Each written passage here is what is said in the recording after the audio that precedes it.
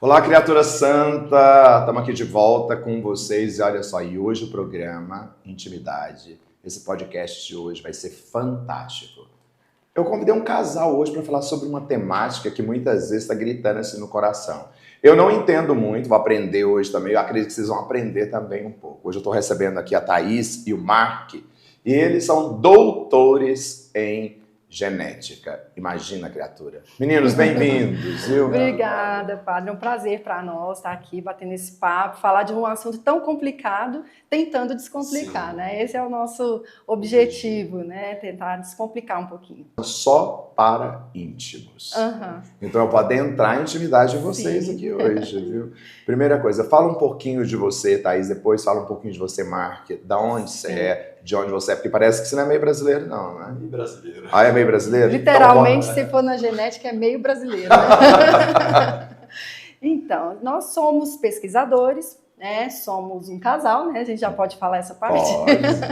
Nos conhecemos na faculdade. Na faculdade a gente teve uma parceria desde esse primeiro momento, né? De estudar junto, de ter interesses em comum com relação à pesquisa. E aí a gente vai construindo aquela relação.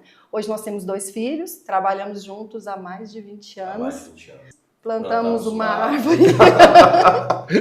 Já fizemos tudo isso. E hoje a gente tem um trabalho que, assim, falando um pouquinho, né, do que nós vamos falar posteriormente, que eu considero que é o nosso bebê, né, que é um livro que a gente fez para um público diferente do que a gente está acostumado, que é o público científico, e eu acho que ele está contribuindo bastante, né, Mark? Com certeza. Então, eu sou franco-brasileiro, nasci na França, mas cheguei no Brasil com 14 anos. Mas já estou com 48, então já falo que sou mais brasileiro do que francês, né? E a gente se conheceu então na faculdade, né? E a gente foi construindo, mas desde cedo a gente sempre teve um interesse pela genética. Na verdade, o primeiro curso que eu fiz foi agronomia, querendo trabalhar com a parte de genética. Mas depois eu vi que não era exatamente a genética vegetal que eu queria, mas a genética humana. Então fui entrando, a Thaís sempre me acompanhando, até puxando minha orelha às vezes. Entramos no mestrado, né? Terminamos a graduação, entramos diretamente no mestrado, dentro da genética.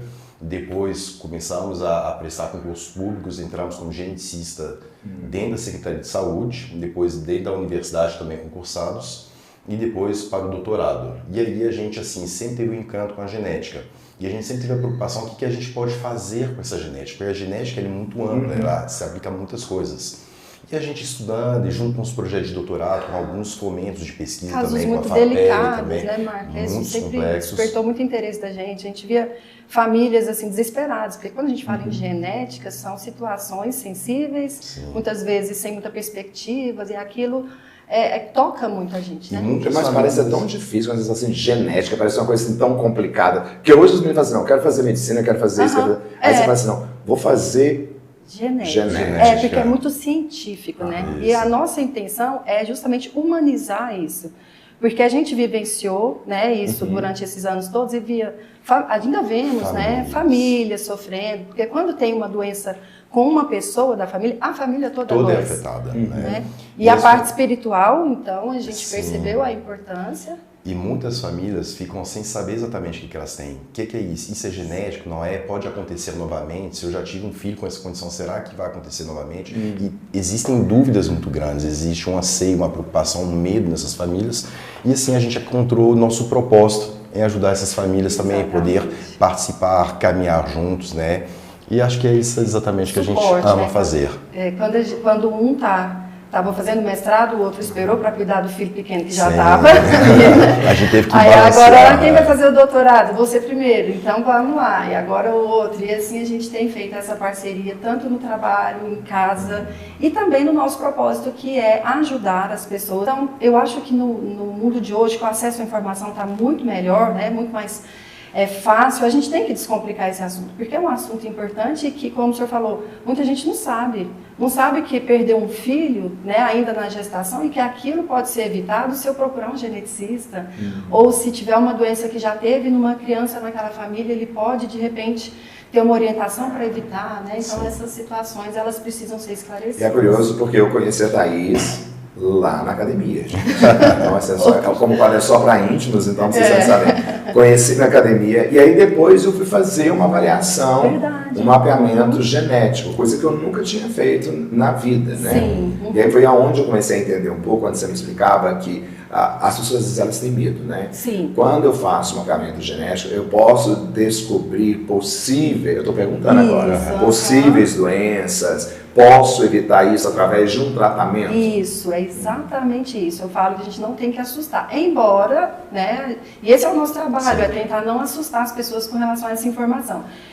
Eu tenho na família caso de câncer.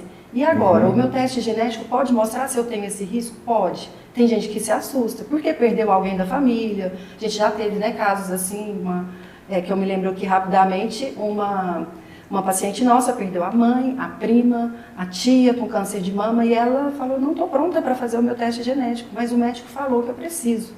Eu falei, não, no momento certo, eu estou aqui para te ajudar. E ela fez e hoje ela está ótima, porque aí tem informação para saber o que fazer para que não seja aquele mesmo destino, né? A gente fala que genética não é destino, né? E é para isso, às vezes mas não tenho histórico na família, mas eu quero melhorar a saúde, né? Se eu gosto de treinar, quer estar bem. Então e é importante a gente comunicar com os outros profissionais, a gente faz isso muito, né? No caso, por exemplo, para treinos com personal, que vai saber o que é melhor para aquele caso, de acordo com o objetivo. Isso. E hoje com os painéis genéticos a gente consegue ter informação para praticamente tudo. Então tem informações para qual que é a melhor estratégia nutricional, qual que é a melhor atividade física de acordo com o perfil genético da pessoa, se a pessoa vai envelhecer, como que será o envelhecimento dessa pessoa e as estratégias de suplementação, de tudo mais, para a pessoa conseguir, né, caminhar por mais tempo e com saúde. A parte comportamental, a parte neurológica. Então assim, não estou dormindo bem, tem um problema com sono, tem um problema com ansiedade, tem um problema com isso. E às vezes a gente faz o perfil genético e a gente percebe, realmente, você tem uma genética que dá uma tendência a você fazer ou ter esse quadro clínico, mas existem tratamentos, existem alternativas. E só o conhecimento que a pessoa recebe, então agora eu entendo por que eu sou assim. Então isso é muito bom, é um autoconhecimento. Isso também a gente tem percebido nos atendimentos. Eu escutei isso também já de uma pessoa. Para mim isso foi um autoconhecimento. Eu agora sei como o meu corpo responde, eu sei por que isso acontece e eu entendi que tenho que fazer. Isso para nós é Sim, e existe até algumas situações que pegando essa informação genética, eu lembro até de um caso de uma senhora que tinha um quadro neurológico, vamos colocar assim, e nos painéis verificou que tinha uma participação genética do pai dela. E ela conseguiu perceber que, agora eu consigo entender por que meu pai era assim. Então, a informação é muito importante. A pessoa consegue se entender, sou assim, não é culpa minha. Tira um pouquinho a culpabilidade que muitas vezes acontece. Agora eu acho curioso porque nesse mundo, por exemplo, da genética, às vezes, não sei se é essa a palavra correta, mas às vezes parece que existe um certo preconceito, no sentido assim, parece que vocês estão mexendo numa coisa que é de Deus, parece que estão querendo manipular alguma coisa ali que foi Deus que colocou. Existe esse diálogo entre a fé, entre a ciência, porque eu sei que vocês são cristãos, que vocês professam a fé de vocês, como que vocês veem isso? Sim, tem muita essa preocupação. Hoje existem algumas terapias novas, principalmente quando a gente fala de terapia gênica, que é uma tentativa de modificar o gene de uma pessoa. Por muito tempo no Brasil isso aqui estava muito longe. Se a gente olhar alguns países da Europa, por exemplo, na França, tem um centro lá chamado de Geneton, que já trabalha com terapia gênica para algumas doenças graves, igual distrofias musculares, que o paciente vai tendo uma fraqueza muscular progressiva com 20 e poucos anos, quando é do Duchenne, a pessoa vem a óbito, que até hoje não tinha cura e não tinha tratamento nenhum. Então, criar um mecanismo de tentar corrigir o defeito genético do paciente. Só que quando essa informação chegou no Brasil, tinha muito problema em cima disso. Que assim, vocês vão mexer na genética da pessoa, isso aqui só Deus poderia, você está mexendo no íntimo da pessoa, no interior da pessoa, né? Vocês estão brincando de Deus às vezes. E a gente sempre assim, uma perspectiva que é muito minha pessoal, fala assim, se Deus deu as ferramentas, né, a gente tem que utilizar da melhor forma possível para as pessoas que precisam dela. Né? Hoje no Brasil foi aprovada uma nova terapia para AME, que é uma doença neurodegenerativa, que é fatal, que a pessoa vai a óbito se não tratar. E o Brasil aprovou a primeira terapia gênica para essa condição, que é uma condição extremamente grave. É uma terapia muito cara ainda, mas pelo menos para pessoas que tinham a única certeza, a morte, pelo menos é uma luz, né? E eu falo assim, e a gente vê uma participação, né, espiritual, divina também, fala assim, ó, você tem um caminho, agora você tem uma esperança, que eu acho que é muito importante. É tão claro para nós, da nossa vivência, né, o quanto a fé, a espiritualidade atua no nosso comportamento, no funcionamento, reflete no físico. Então, a gente acredita que caminha junto. Sim. E é tão nítido que, pelo menos na nossa experiência, que é dentro de um hospital de referência, aqui em reabilitação, que é o CRE, lá tem uma capela, né? Sim. E eu não sei se todos sabem, mas nessa capela é justamente porque tem muitas pessoas ali adoecidas e que a gente sabe, quem está ali, os profissionais, são muitos pesquisadores também, a gente sabe dessa importância e por isso que não só lá, acredito que em outros hospitais tem. Então, dá para caminhar juntos, sim. Claro que na mídia, às vezes para uma questão de chamar um pouco de atenção, algumas pessoas que às vezes nem são tão pesquisadas, assim, não são da área mesmo de pesquisa, vão falar e vão contestar. E está tudo certo, porque aí a gente tem também os argumentos para entender o porquê que... E hoje tem estudos, né? Eu acho que estão nos Estados Unidos, até em Harvard, que confirmam de forma concreta que a oração, a fé, ela é uma grande ajuda até mesmo na recuperação de alguns pacientes ou de algumas situações. E existem tem estudos genéticos até em cima de um fenômeno que a gente chama dentro da genética nós de epigenética, que é uma modulação aqui. A fé, a esperança, consegue modular o exercício físico, a alimentação, tudo, faz com que os genes possam se expressar de uma forma diferente. Então a pessoa que não está com fé, que está para baixo, tudo, às vezes assim, a parte genética dela parece que não vai funcionar tão bem. E às vezes, com essa fé, com essa esperança, ela consegue realmente modificar um pouquinho, né, a expressão desses genes. A gente tem muitos estudos. Tem muitos relatos. Eu me lembro de um recente até lá do CRE, o paciente, a neurocirurgiã falou para ela que o filho dela não ia voltar a andar. E ela falou, a senhora tem certeza que ele não vai voltar? Mas a senhora vai fazer uma cirurgia nele. E aí ela falou assim, eu vou fazer a cirurgia para oferecer o melhor para ele, mas eu não vou falar para a senhora que ele vai voltar a andar. Aí ela virou e falou para ele, para ela, né, para a médica, mas a senhora não pode me impedir de ter fé. E eu acredito em milagre. E aí, depois de algum tempo, o filho dela voltou a andar. E aí, a médica, ela conta, né, esse relato sempre nos nossos encontros e tudo, que ela falou assim, ela já tinha uma fé, mas naquele momento era muito delicado para ela falar aquilo para a mãe, porque é uma responsabilidade muito grande. Mas aí, depois disso, né, ela falou, gente, para quem ainda tem dúvidas, esse é o principal relato, né, da profissão dela. E foi bem, assim, marcante para nós. Agora, é curioso, porque quando eu falei assim, não, eu queria fazer esse momento da intimidade com vocês, porque vocês desenvolveram um trabalho muito bonito, né? Tava na mídia, apareceu, vocês lançaram um livro, onde vocês trouxeram uma realidade que está sendo muito gritante hoje na vida das famílias, que é a questão do autismo. Sim. Né? Olhar para toda essa questão, porque tem um livro maravilhoso que vocês lançaram, não trouxeram, gente, para mim, você acredita? Eles deixaram, e deram de presente. Eu tenho o meu que está lá em casa, já vi. Agora, quando a gente fala do autismo, eu lembro quando os meninos eram pequenos, o pai falava assim, nossa, tentar demais, custou demais, você nem tem isso, nem aquilo.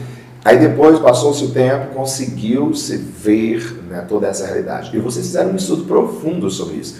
Por que estudar isso? O que chamou a atenção de vocês na questão do autismo, onde tem tantos pais hoje, não sei nem, parece em cada não sei quantos pais, várias crianças já nascem. Sim, uma a cada 36 crianças. Cada 36. Que é a estatística desse ano, né? A estatística desse ano do CDC. Norte-americano.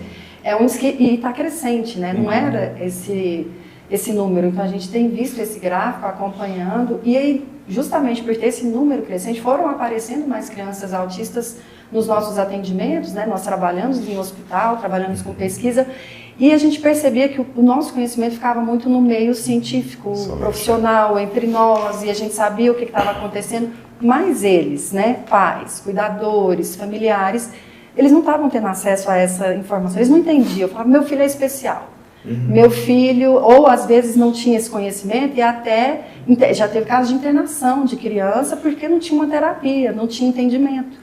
E aí nós resolvemos falar com essas pessoas, não com os nossos colegas, mas com esses pais. São as pessoas que mais precisam de fato, né? Tanto é que esse livro, ele é um livro bem simples, ilustrado, linguagem acessível. Isso foi de propósito, né?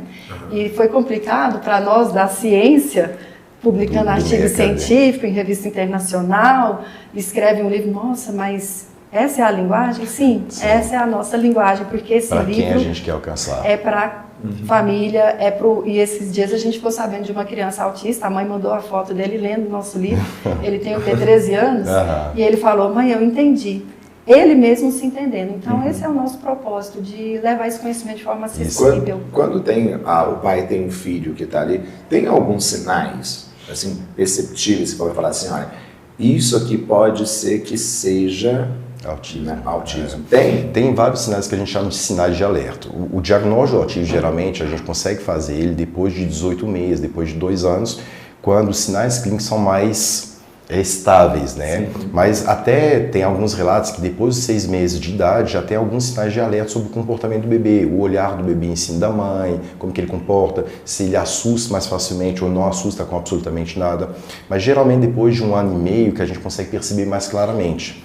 E muitas vezes até nos questionários que tem padronizados hoje, a gente pergunta para os pais, seu filho costuma apontar para o objeto, seu filho costuma imitar, por exemplo, manda beijinho, ele imita, dá tchauzinho, ele dá tchauzinho, ele responde estímulo, ele é muito assustado, muito calmo, anda na pontinha dos pés, tem balanço de mãos, fica girando o corpo. Então tem alguns sinais que a gente chama de sinais de alerta, mas a gente tem que tomar muito cuidado porque às vezes cada pessoa, dentro da complexidade do que nós somos, cada pessoa pode ter uma característica diferente, né? É única. Então, às vezes, uma criança pode ter um componente e não ter o outro, né? E não está somente associado a falar, por exemplo. Tem criança autista que fala, tem criança autista que não fala. Tem criança autista que tem um QI mais elevado, tem criança autista que tem um QI dentro da faixa de normalidade, um pouquinho abaixo. Então, é muito variável, clinicamente, né, para cada criança. Então tem que ter um olhar de um profissional habilitado, colocar questionários padrões e tentar fazer o rastreio da melhor forma possível. Mas tem esses sinais que são os mais comuns mesmo.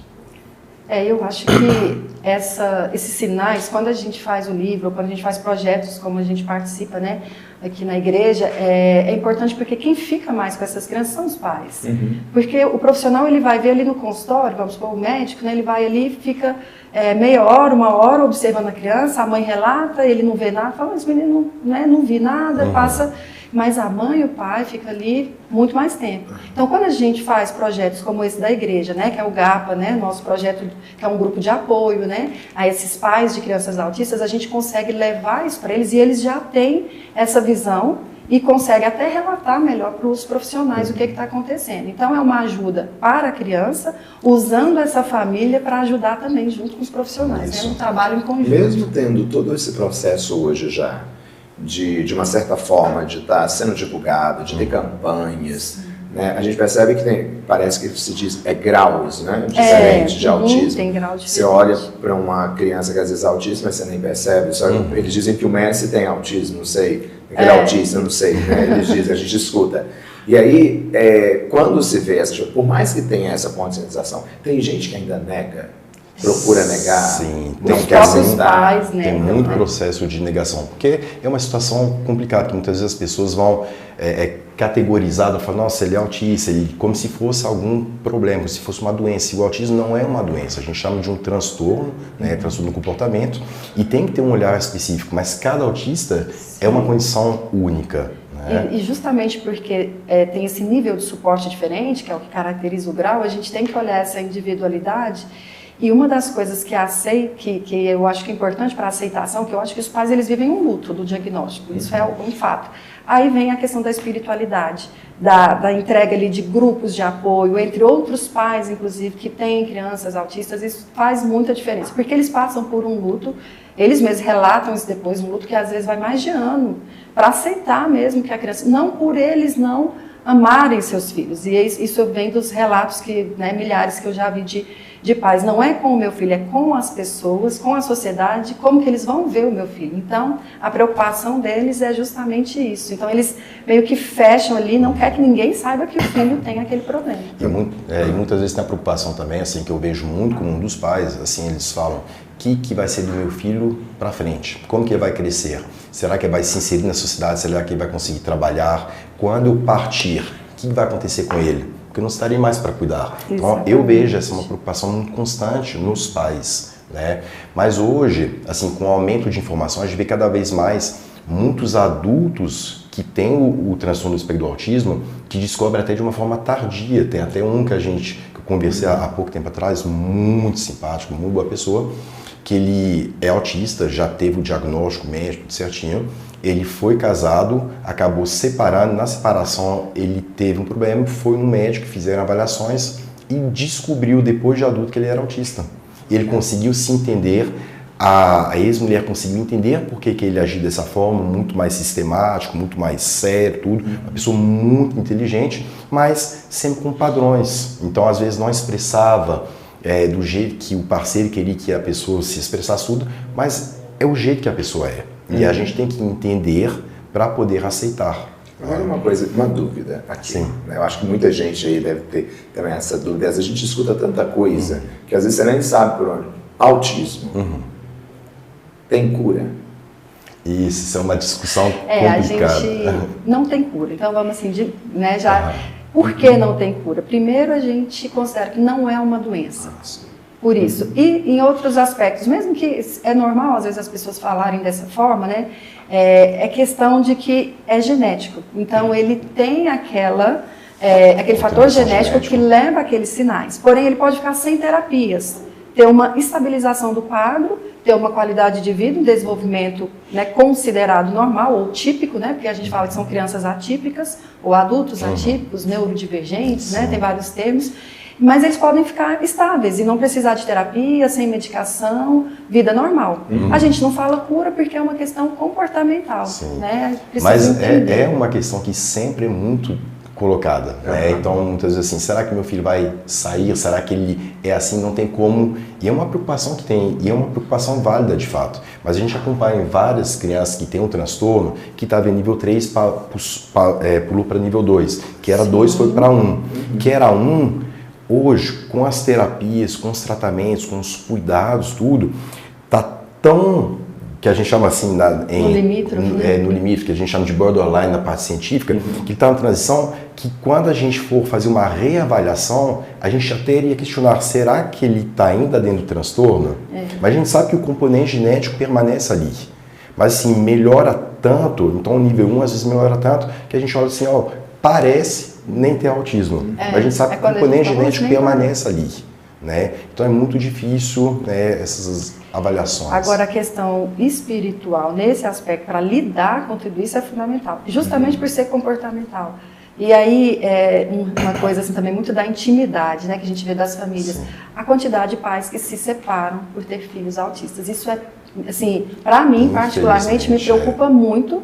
Eu acho que, posso falar que a maioria dos que eu atendo, se eu fosse colocar em porcentagem, a maioria, é muito difícil o casal andar junto ali para esses cuidados. Eles não abandonam o filho, mas muitas vezes eles ficam diferentes, seguem caminhos diferentes. Eu observei isso. Aqui na paróquia nós temos um grupo de apoio, né, aos pais ou seja, foi uma ideia que surgiu porque eu atendia na confissão ou no atendimento espiritual e algumas mães chegavam num sofrimento muito grande porque o menino tinha autismo e o pai simplesmente deixava, abandonava, se separava, às vezes via o filho ou não. E aí eu falei assim, meu Deus, o que a gente poderia fazer? Foi onde nós começamos esse projeto, né? Foi um primeiro encontro que nós fizemos, convocamos os pais, nós ficamos assustados pela quantidade de pais que vieram. Porque às vezes tem uma tensão muito grande hoje para a criança ou para aquele que tem, mas o pai e a mãe praticamente, às vezes, tem que parar a vida. Sim. Totalmente. Totalmente para ficar ali naquele cuidado. E aí, você lembra quando nós fizemos esse encontro, o pessoal falava assim, gente, foi tão bom para nós, foi um refrigério, foi algo que... Porque eles também necessitavam ser cuidados, acolhidos, e acolhidos. Exatamente. E aí, quando eles mencionam essa questão da separação, você vê que desfaz a família. A criança precisa tanto daquele apoio, a criança ela tem a referência do pai e da mãe, mas eu percebo que o pai tem uma dificuldade, às vezes, com exceções, é claro, de lidar. Maior. Não que ele não sofra. É muito ruim a gente pensar nisso, porque fala assim, nossa, a mãe fica sobrecarregada, e é muito comum, não estou dizendo que não, mas não quer dizer que o pai não esteja sofrendo. Porque aí a hora que a gente vê, né, o pai levar, você vê o sofrimento dele, só que ele não põe para fora, às vezes, como a mãe. Você acha que existe uma certa vergonha? Por exemplo, de um filho, de repente, tá ali, a pessoa não querer se aproximar, não querer estar junto, não querer expor. Porque parece que a impressão que eu tenho muitas vezes é que a pessoa ela cai com uma certa culpa. Parece que eu sou o culpado daquilo, eu quero buscar um culpado para aquilo. Eu acho que sim, eu acho que existe uma certa proteção também, eles não querem expor a criança, porque sabe que a criança pode ter uma crise, pode ter um surto, e aí vem a vergonha, porque está no ambiente público. Por isso tem tanta campanha sobre conscientização, vaga especial no shopping, na fila. Por quê? Porque essas crianças, elas entram às vezes em crise, e o que a gente pode fazer ali nesse momento? Priorizar o atendimento dessa criança, entender que ali no shopping ela pode chegar mais rápido ali no carro, e tem várias outras situações que a gente, se a criança está tem uma crise ali no meio, oferecer ajuda para o pai, às vezes a gente não precisa tocar, mas para o pai, posso te ajudar, né? Então essa conscientização é importante, porque eles estão muito sobrecarregados. Sim. E a gente já atendeu muitas famílias, assim, que os pais falam assim, a gente não vai mais para restaurante, porque toda vez que a gente vai para restaurante, é muita gente, a criança fica muito agoniada, a criança ali está sofrendo, porque para ela aquele ambiente ele é muito opressor, é muita informação, é muita gente, é muito barulho, muita luz, então a criança, ela fica realmente tensa. Então, às vezes, a criança, ela fica ansiosa, ela tampa o vidro, começa a gritar, tudo assim. Pessoas ficam olhando e os pais, às vezes, ficam assim, se sentindo, nossa, tá todo mundo olhando pra gente e tal. E a gente vê muitas vezes os pais, a gente não sai mais, né? Então, aquele prazer de sair em família, tudo, a gente agora fica em casa, porque as pessoas ficam olhando, ficam julgando, questionando, você não tá pondo educação para essa criança. E porque muitas pessoas que não entendem ainda do autismo, né, fala assim, acho que é birra da criança. E não é. Aquela criança tem um processo, uma sensibilidade às vezes maior do que uma outra pessoa. E a gente faz muita comparação. Imagine se você estivesse sendo ao mesmo tempo gente enfiando agulhas em você, dando tapa, colocando cheiros fortes no seu nariz, apertando você e tudo. Então muitas crianças recebem um excesso de estímulo. E para ele é uma agressão muito forte. Então a criança não tem culpa, os pais não têm culpa. E a sociedade, por isso que a gente se preocupa em passar o máximo de informação possível para as pessoas que às vezes não têm um contato direto, conseguirem entender, essa criança está sofrendo, às vezes a família também está sofrendo. É um processo que é muito complicado, né? Vamos passar para um quadro agora, né, que não sou eu mais que faço as perguntas. Né? É uma caixinha onde está aqui, criatura santa, responda. Então o pessoal manda as perguntas e vocês vão responder aqui. Eu vou pegar aqui aleatoriamente para ver o que as pessoas estão perguntando. Vamos lá, deixa eu ver. Eu queria saber, tem um filho autista. Tem um filho que é autista. Gostaria de ter outro filho, mas temos medo de arriscar. É uma pergunta bem frequente. Sim, ela é muito comum. Nós temos vários casais, a gente fala assim, como o autismo tem uma forte participação genética, a gente sabe que pode acontecer novamente. Temos casais, por exemplo, que têm 3 filhos, os 3 são autistas. Aqui, inclusive nos nossos projetos, a gente tem aqui. Porque tem uma mãe e um pai que os dois, são 2 filhos, 3, não sei. Tem um aqui com 3, tem um com 2, 6. E é muito comum, na verdade. Sim. E nem sempre os filhos serão autistas todos iguais. Então, um filho pode ter um autismo leve, ou ter um autismo moderado, um pode falar, o outro pode não falar. Então, tem uma variabilidade clínica muito grande, porque as contribuições genéticas elas são bem variáveis. E é uma preocupação que todo mundo, assim, já tive um filho. Às vezes tem um autismo leve, tranquilo, mas eu já atendi uma senhora que tinha um filho autista, nível 3, nível de suporte mais complicado, que a criança tinha convulsão, que a criança tinha autoflagelação, ela se machucava, e a mãe falou, tive que parar de trabalhar para ficar 100% do tempo por conta do meu filho, que eu tenho medo dele se machucar, tenho medo de acontecer alguma coisa. E ela queria ter outro filho. Será que pode ter um outro filho com essa condição? É bem complicado, porque o risco tem, para cada tipo de gene, a gente sabe que o risco ele vai ser maior ou menor. Mas o mapeamento genético, ele mostra ajuda. Isso? Mostra ajuda? Um risco, um score, vamos dizer assim, né? Não é preciso, porque pode ter interação com o ambiente, mas mostra e aí em torno, de acordo com a literatura, uma média de, depende se já teve 1 ou 2 filhos, mas de 15% na média, sim, aumenta um pouquinho, mas isso não quer dizer que é determinístico. Isso. Né? E hoje, nos testes genéticos, por exemplo, tem uma síndrome chamada síndrome do X frágil, que é uma síndrome que associa muito à deficiência intelectual. Sim. E a gente sabe que quase a metade dos pacientes com X frágil tem também o transtorno do espectro do autismo. Então, hoje, existem empresas especializadas que conseguiriam até, em laboratório, selecionar um embrião que não teria esse gene alterado, que reduziria muito o risco do transtorno também, né? Só que, obviamente, a gente tem que pensar muito a questão de ética, a questão de legalidade, o cuidado sobre... Sim. Porque a gente está falando quase que de uma prática eugênica, né? É certo você selecionar um embrião? Qual critério é utilizado para fazer essa seleção? Será que uma criança, por ter uma condição genética, seria uma criança pior do que as outras? Então, existe um limiar muito sensível, muito polêmico nesses quesitos. Olha só, aqui tem outra pergunta aqui. Vocês são pais, sim, cristãos, vivem a fé de vocês. Tem uma criança, uma filha que ela coloca que é autista. E o marido simplesmente abandonou toda a família. Nesse caso, né, como enxergar toda essa realidade? Agora, essa pergunta para vocês como pais. Né? Sim. Bom, eu enxergo, primeiramente, observando que a importância da família para a criança. Né? Então, nessas condições, a gente não sabe qual que foi se o motivo é somente esse da criança ter essa condição que abalou esse casamento. Mas eu acho que o olhar para a situação da criança é o principal para poder reconstruir essa base, né, para dar essa qualidade de vida. E aí a questão, a partir do momento que essa criança ela precisa desse suporte do pai e da mãe, eu acho que valeria muito a pena tentar, né, reconstruir toda a família, porque é um suporte, inclusive para os pais. Não é só a criança que vai se beneficiar disso, dessa união, né, dessa tentativa. Com certeza, isso também vai... Sim. Porque os pais precisam desse apoio, né? E eu falo assim, casar é uma situação, assim, muito boa. Ter filhos é uma coisa muito boa também. Só que envolve uma responsabilidade muito grande. Você é responsável por uma vida. Aquela vida, até a gente da página fala assim, metade é você ali. É um pedaço de você que está continuando para frente. Então, quando a gente tem filho, a gente tem uma responsabilidade com aquela criança. E muitas vezes a pressão social, o dia a dia, o trabalho, as pessoas ficam estressadas, ficam nervosas e elas falam assim, não aguento mais, a história sai. Mas cadê a responsabilidade? Cadê o compromisso que você fez anteriormente? E eu falo assim, sempre existem esses desafios. Se tiver uma criança autista, se tiver uma criança não autista, independentemente da condição, a criança vai evoluir, vai ter seus problemas, vai adoecer, vai ter isso, vai ter aquilo, vai ter dificuldade de arrumar emprego, vai brigar com o parceiro também.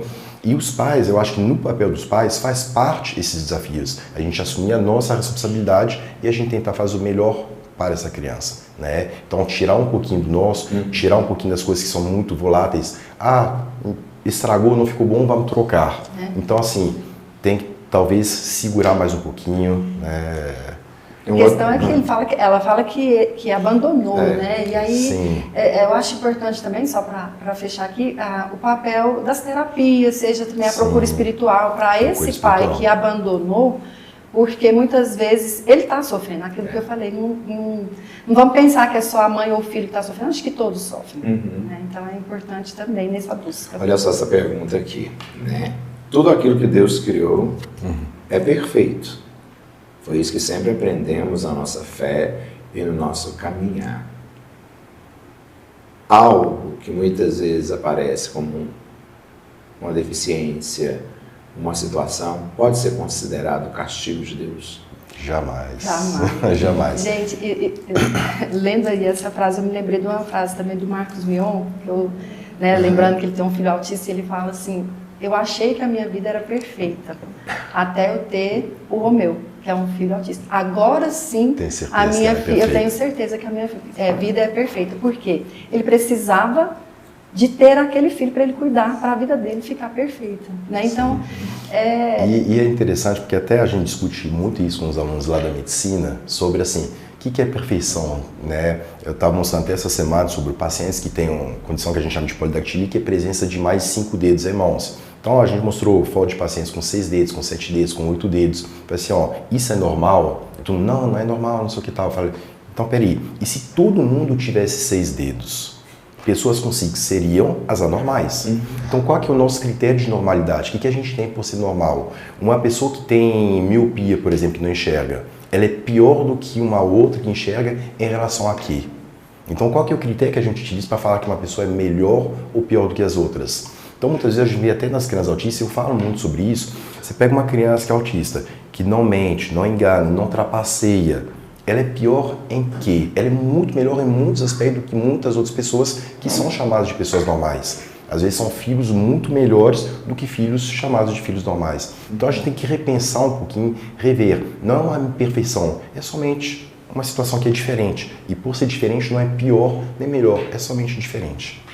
O pessoal aqui está arrasando nas perguntas aqui da caixinha. Olha só. O tratamento para aqueles que têm autismo, geralmente, é muito caro. Quem tem dinheiro consegue levar o filho nos melhores hospitais, ter os melhores atendimentos. E nós, que somos pessoas simples, que não temos muita condição, aonde procurar? Aí está o nosso papel como voluntário também, né? Os profissionais de saúde, seja dentro da igreja, cada um, né, na sua igreja, ou mesmo a gente sabe que tem às vezes eventos, né? Que essas pessoas podem procurar, porque hoje é um assunto muito falado. Então, direto tem algum tipo de evento que os profissionais se unem, oferecem. Agora tem, pelo menos particularmente para nós, né, um suporte no SUS também. Mas com certeza, todas as buscas, elas são muito importantes. Seja através da igreja, através desses atendimentos, os profissionais que oferecem um trabalho voluntário. Né?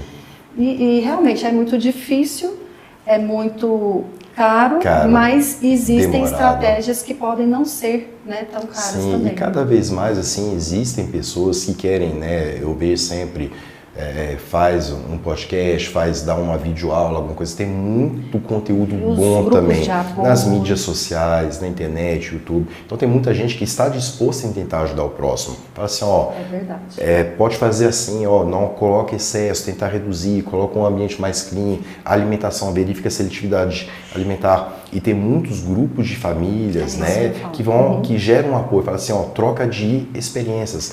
Com meu filho não funcionou isso, mas está funcionando aquilo. Então, fora os programas sociais da igreja, várias outras situações, né, de pessoas que têm esse interesse. Os grupos de pais, né, eles acabam dando suporte, porque acho que eles se identificam muito, né, com a situação. O meu filho melhorou, eu posso ajudar essa outra família. Existem esses grupos de apoio e eles são fundamentais, com certeza. Gente, esse tema é muito interessante. Eu acredito que a gente está aprendendo muitíssimo, mas muitíssimo mesmo aqui, mergulhado nesse universo. Quando você estava falando, hoje nós temos uma obra social que é a Casa Mãe de Misericórdia aqui na paróquia, que nós estamos atendendo 22 crianças, né? Sem falar as 11 que estão na creche, né? Então existe sim trabalhos onde as pessoas voluntariamente estão atendendo. A gente sabe que é caro mesmo. É caro. Algumas realidades são bem caras. Assim, às vezes a gente fala assim, olha o Marcos, mas a gente fala assim, mas o Marcos não é o Marcos Mion, né, pai? Eu não sou o Marcos Mion, eu não tenho essa condição. Mas quando você estava falando nisso, era justamente da relação. Porque a relação também é curativa, né? Com certeza. O grupo de apoio está ali com outras famílias, num ambiente, né, que proporciona essa fé, essa busca espiritual. Eu acho que eles, tanto é que nas nossas experiências, nos nossos encontros aqui do grupo, a gente percebe como eles saem fortalecidos, né? Os pais saem muito fortalecidos. E é interessante, acho que na última vez que eu vim aqui no evento, né, é interessante, às vezes a gente saía um pouquinho do consultório e dava uma olhada, e você via muitos pais conversando com outros pais, trocando experiência, fala assim, eu não estou sozinho, não sou só eu que estou passando por isso. Tem várias pessoas que também passam por isso, às vezes em situações mais complicadas, essa pessoa também tem isso, e eles vão começar, é um projeto de ajuda, né? Tem uma ajuda espiritual, tem uma ajuda social, tem uma ajuda psicológica. Esse aspecto social é importante, você falando do atendimento, eu me lembro também de uma mãe que ela era muito fechada, e as pessoas falaram, olha, Thaís, essa mãe tem 3 filhos autistas, ela precisa falar com você, mas ela é muito fechada, nós estamos com medo de falar com ela, porque se falar ela não vai querer. Falei, posso tentar? Pode. E a forma que a gente chega, né, às vezes a gente tem um pouco de experiência, sabe que é difícil, sabe da dor dela, né, ou pelo menos, claro que assim, só ela sabe essa dimensão, mas a gente imagina a dor, então a forma que eu fui, cheguei, logo ela estava ali sendo acolhida, logo ela estava sorrindo, ela já foi para outros atendimentos, então esse momento de acolhimento com grupos de apoio eu acho que é fundamental, independente de ter o dinheiro ou não, né, que nesse aspecto é a questão mesmo humanizada do serviço, do atendimento, desse apoio. Tá vendo, né, criatura santa? Então tem sim possibilidade de a gente fazer uma série de coisas. Me conta agora do livro. A gente está quase terminando aqui. Me fala do livro. Vocês lançaram um livro. Sim. Vocês estão na internet. Eu sempre estou vendo ali os comentários. Hoje vocês fizeram um post lá, né, colocando sinais, colocando um monte de coisa no seu Instagram. Estava acompanhando. Esse livro surgiu por quê? Certo. Então, assim, um propósito nosso de levar conhecimento. Nós somos professores, somos né, pesquisadores, já escrevemos muito sobre genética em vários aspectos, só que sempre numa linguagem muito Técnica. mais profissional e científica. Então, o objetivo é chegar até as famílias, né, com esse livro, chegar às pessoas que precisam saber mais do autismo, precisam conhecer não só da genética do autismo, embora esse seja o nosso foco de trabalho, mas a importância do cuidado em todos os aspectos, o espiritual, o cuidado médico, o cuidado com a família, né? Então, a gente tem feito isso e tem mais livro que está chegando, a gente não para tem também. Mais. E muitos pais chegavam pra gente, assim, querendo saber um pouquinho mais, mas o doutor falou que meu filho tem autismo, mas o que é esse autismo? Né? O que vai acontecer? Como que vai progredir? Existem outros exames? Tem outra coisa? E o tempo todo, se a gente for pegar assim, não, eu vou te passar um artigo científico para você ler, a pessoa vai pegar e vai ficar totalmente perdida, né? Então, a gente conversando, falando, não, vamos fazer alguma coisa para ajudar, que isso era uma demanda que era constante. Então, vamos fazer numa linguagem, o que é o autismo, como que foi descrito pela primeira vez, quais que são os critérios para falar que realmente uma criança tem autismo, qual que é a base genética disso, o que existe que pode ser feito frente a essa condição clínica. Então, é como se fosse um manual mais acessível para as pessoas. Fizemos também um outro livro em parceria com o Dr. Tiago, Simplificando o Autismo, é um médico de São Paulo. Importante, tem um filho autista, então ele é uma referência em vários aspectos, como pai também, família, e ele convidou vários outros profissionais do Brasil, e esse trabalho foi fundamental, porque aí cada um fala de uma área. Como que é a alimentação do autista, tem como que é nutricionista, psicólogo, terapia ocupacional. Estão contribuindo, é um livro né, muito bom, que inclusive foi colocado como best-seller, já né, está recentemente. em menos de 2 meses, né, já virou best-seller, e ele realmente é mais um orgulho nosso de fazer parte de forma multiprofissional. Acho que isso é fundamental, né? Ver todos os aspectos, né, que envolvem. Então, olha só, tem um livro deles maravilhoso. Como a intimidade eles não trouxeram para mim, vocês viram que eles não trouxeram o livro para mim. Eu queria mostrar para vocês o livro. Mas a gente pode deixar o endereço? Pode. Aí nós vamos fazer o seguinte, você vai deixar o endereço, nós vamos colocar aqui embaixo para vocês também, para vocês irem lá no Instagram, ver, pode pedir o livro por lá também. Pode, tem o link, a gente entrega em todo o Brasil, então lá no link já vê um pouquinho sobre o livro, coloca seu endereço, então a gente deixou bem acessível para chegar em todos. Então nós vamos deixar aqui, ó, depois vocês entram lá, já vão lá, cutuca, depois eu mostro o meu livro para vocês. Agora eu vou entrar num outro quadro que é uma intimidade sobre mim. Vocês falaram tudo sobre essa concepção do autismo, a gente já mergulhou nisso, depois a gente pode aprofundar, a gente poderia ficar aqui horas e horas falando sobre isso, né? Não é? Porque tem tanta coisa. Mas agora eu quero, esse quadro se chama Uma Intimidade sobre mim. Eu preciso que você me conte uma coisa dele que ele faz, que só você sabe, e uma coisa que ela faça que só você sabe. Quem começa? Pode começar. As damas primeiro. O que ele faz? Ele ainda fala algumas palavras em português com sotaque que quase ninguém percebe, só eu. Ah, é? E eu entendo. Então fala aí pra gente ver. Tem alguns nomes, por exemplo. Como que fala? Nem sei mais. Elaine. Toda vez tem algumas palavras que... Elaine, que é com A-I. Elaine. Já vemos aí tem o pão, né? Quando eu tô mais cansado, alguma coisa assim, parece que fica um pouquinho mais forte. E as pessoas falam assim, nossa, mas ele não parece francês, já mora aqui, até não vejo sotaque, não sei se vocês perceberam. Eu falei, tem sim. Agora é a sua vez, Marco, uma coisa dela. Então eu falo assim, a Thaís... Ele vai elogiar.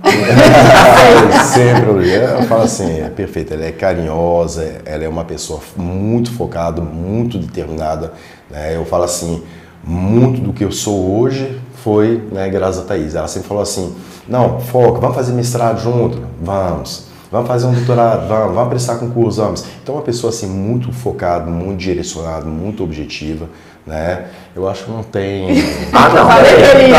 Tá muito pesado. Você fala assim, não, a Thaís ronca, ela conversa à noite, né? De vez vira e mexe, ela conversa. Esses dias está conversando. Então é isso. Conversando um pouquinho, cozinha bem. Cozinho bem? Ó, tá vendo?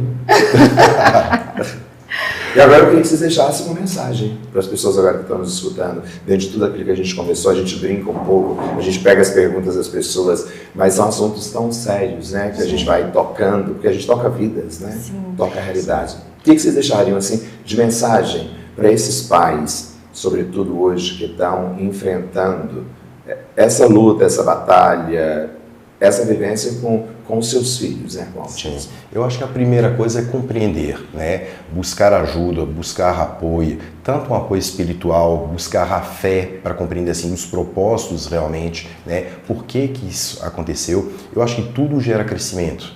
Muitas vezes as pessoas ficam com medo de entender, com medo de buscar. Mas quando você busca, você entende, né? A gente sempre fala que a verdade liberta. Então eu acho que a pessoa precisa receber essa informação, compreender, né, exatamente o que está acontecendo, e isso só pode realmente ajudar, né, a família. Tentar entender e compreender. Assim, quando a gente começou falando sobre fé e ciência, né? Antigamente as pessoas falavam que o cientista, ele é muito cético, né? Uhum. A gente ainda escuta muito disso. Sim. E eu acho que é tão, não sei, assim, dentro da nossa experiência, mas claro que também da nossa criação, né? Dentro da nossa religião, mas eu percebo, eu vivencio, né? E isso durante toda a minha vida profissional, a importância, e eu queria deixar mais esse relato aqui para os pais, seja de crianças autistas ou pessoas que tenham problemas com doenças como câncer, né? Doenças que às vezes a gente pensa que não tem perspectiva nenhuma de cura, a gente vê muito isso na genética, mas que com certeza o apoio espiritual, além do apoio profissional, ele é fundamental. Ele pode ser decisivo e nós temos essas experiências, poderíamos ficar aqui horas relatando casos, muitos casos dessas experiências que a gente tem. Então, e eu acho que a ciência, ela tem a sua parte de fé, né? Porque se a gente aceitar tudo do jeito que é, falar, não, isso aqui é assim, não é. A gente vê na ciência sempre uma busca para compreender, uma busca para inovar, tantos fármacos novos, tratamentos novos, tudo foi buscado porque uma pessoa teve fé e acreditou que seria possível fazer a diferença, né? E a gente vê igual no filme Olho de Lorenzo, falaram assim, essa adrenoleucodistrofia, essa doença não tem cura. Fala assim, não aceito, eu tenho fé que vai encontrar alguma coisa. E constantemente novas descobertas, novos tratamentos, e hoje a gente já está muito melhor do que era no passado, né? Eu acho que, então, a ciência, ela tem que ter esse apoio da fé para conseguir realmente conseguir algo a mais. Podemos caminhar juntos, com certeza. Sempre. Gente, olha que coisa mais linda. Eu acho que a gente vai ter que voltar de novo aqui para aprofundar outros temas. Você falou de câncer, as pessoas falam tanto. Hoje nós falamos sobre autismo, a gente pode voltar depois para fazer, né, um programa justamente falando sobre isso, tantas pessoas enfrentando. Vocês não trouxeram o livro para mim, mas eu trouxe o livro para vocês. Lá na academia eu não levei, porque eu estava esperando a vinda de vocês dois aqui. Você abriu um novo livro, Intimidade, Deus, eu e o outro. Nós somos fãs. São 155 reflexões aí para vocês depois meditarem um pouquinho e rezarem. Coisa boa. Muito obrigada. Obrigada mais uma vez por nos receber aqui, né? Por ter esse carinho com a gente. Permitir que a gente fale um pouquinho de tudo isso. Eu fiquei muito feliz, viu, de tê-los aqui e espero que a gente se encontre mais vezes para falar com esse povo de Deus. Só chamar. Ô Santo, olha só, hoje a Intimidade trouxe essa experiência tão linda da graça e do amor de Deus na nossa vida. Então, compartilhe, mande para alguém, faça chegar no coração de uma pessoa que possa ser transformada por esse momento tão especial. Um abraço, fique com Deus. Obrigado.